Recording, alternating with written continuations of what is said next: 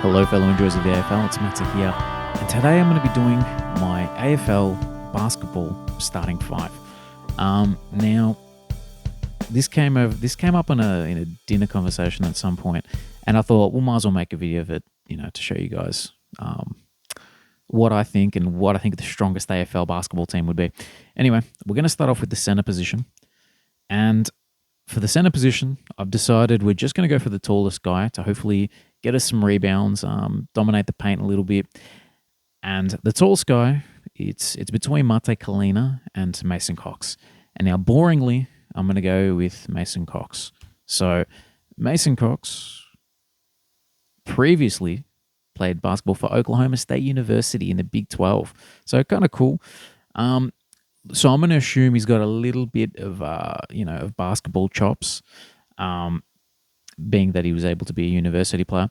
And hopefully he can get us a few rebounds. Hold it down in the paint. Now the next position, so the power forward position at the 4, we're going to go with Lukey Jackson. He doesn't have a photo. That's pretty sad on Wiki.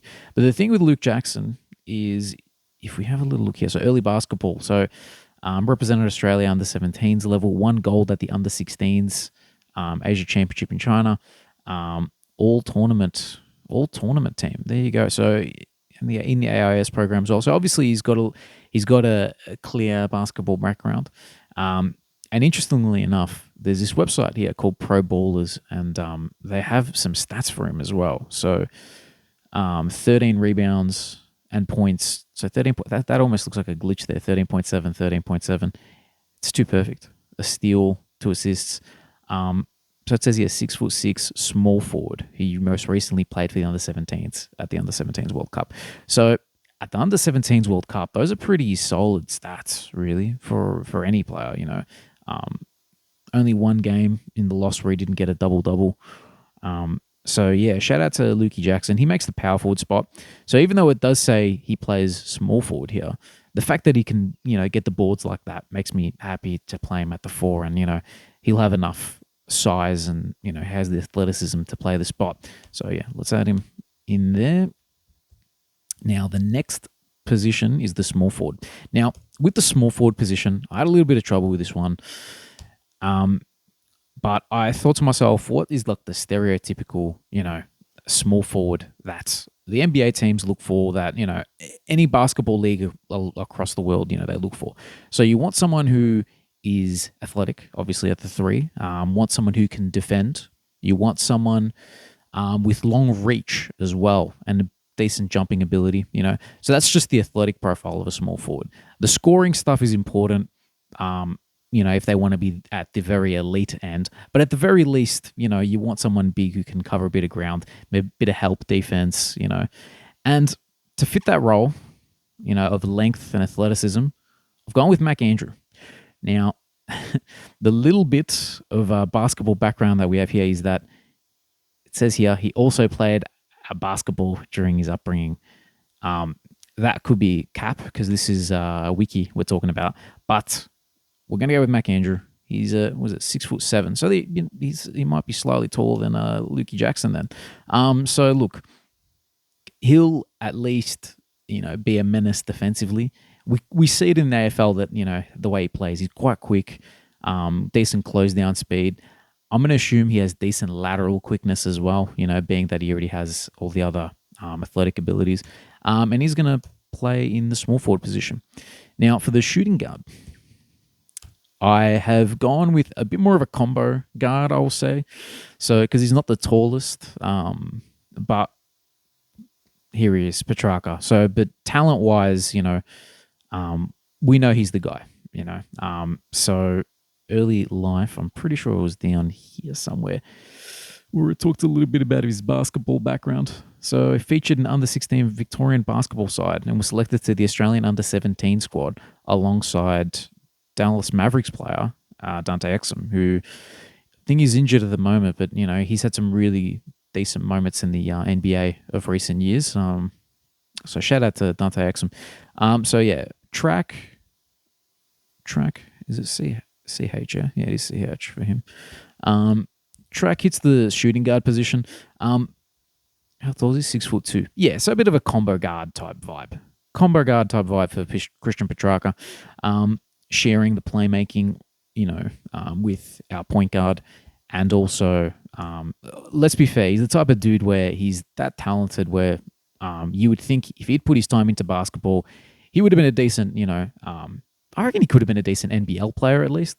Don't know with the lack of height, could he have made it, in the NBA? Probably not. But in the NBL, I've seen, you see dudes with this type of body shape, a bit more barrel chested, a bit more, not the tallest. The player that I think of in the NBL, a bit of a weird one right now, but for the Perth Wildcats, I look at him and I think this dude has a Petrarca body shape, right? And it's, I'm going to confirm his name. I'm pretty sure it's Elijah Pepper. Is that his name? Elijah Pepper? I'm not sure if it's, I know his name's Pepper. Yeah, this guy. So if you look at him here, he's just, how tall is this guy? So he's a bit taller, 193, but he's a bit more, not. He's a bit more like that barrel-chested type dude. He's got the similar arms to Petrarca, not the longest arms. So I think Petrarca's got the Pepper mold. So yeah, that was an odd little comparison there, but he's going to be he's going to be our Elijah Pepper in the shooting guard position.